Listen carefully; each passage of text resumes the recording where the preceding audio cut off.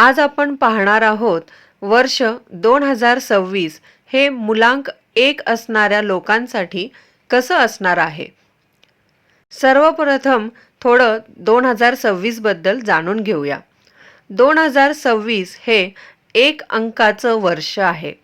हा अंक म्हणजे नवीन सुरुवात, नेतृत्व आणि आत्मविश्वासाची ऊर्जा आहे। म्हणूनच हे वर्ष तुमच्यात मी काहीतरी नवीन करून दाखवणार अशी जिद्द निर्माण करणारं ठरेल।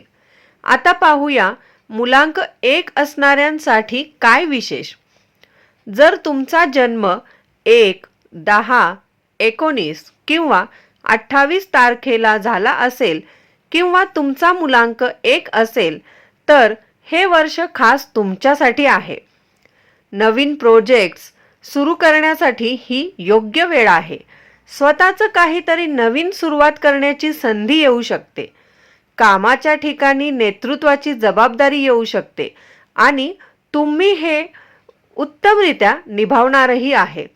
खरं तर हे वर्ष तुम्हाला स्वतःचं नवीन ओळख निर्माण करण्याची ताकद देणार आहे।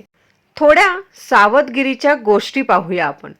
हे वर्ष तुमचं आहे, पण लक्षात ठेवा कधी-कधी जास्त आत्मविश्वासामुळे आपण इतरांचं ऐकणं थांबवतो। त्यामुळे संघर्ष किंवा गैरसमज होऊ शकतात। तसंच काही लोक इम्पल्सिव्ह निर्णय घेऊ शकतात। म्हणून थोडा विचार करूनच पुढे जा। आता आपण पाहूया संबंध आणि आरोग्याबद्दल थोडं। संबंधामध्ये तुम्हाला स्वतःची स्पेस हवी असेल, पण एक गोष्ट लक्षात ठेवा, स्वातंत्र्य आणि समजूतदारपणा दोन्ही आवश्यक असतात। आरोग्याच्या दृष्टीने हे वर्ष एनर्जेटिक असेल, पण अति काम, अति विचार आणि स्ट्रेस यामुळे थकवा येऊ शकतो। म्हणून नियमित व्यायाम करा, ध्यान करा आणि चांगली झोप ह्या तिन्ही गोष्टी आवश्यक आहेत।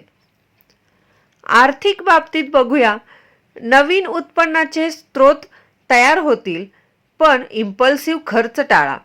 गुंतवणूक करताना नीट विचार करा। या वर्षासाठी माझ्या खास काही सूचना आहेत।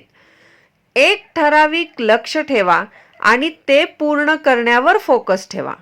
दर महिन्याला स्वतःकडे थोडं पहा की मी कुठे आहे आणि माझ्यामध्ये मी काय सुधारणा करू शकतो किंवा शकते।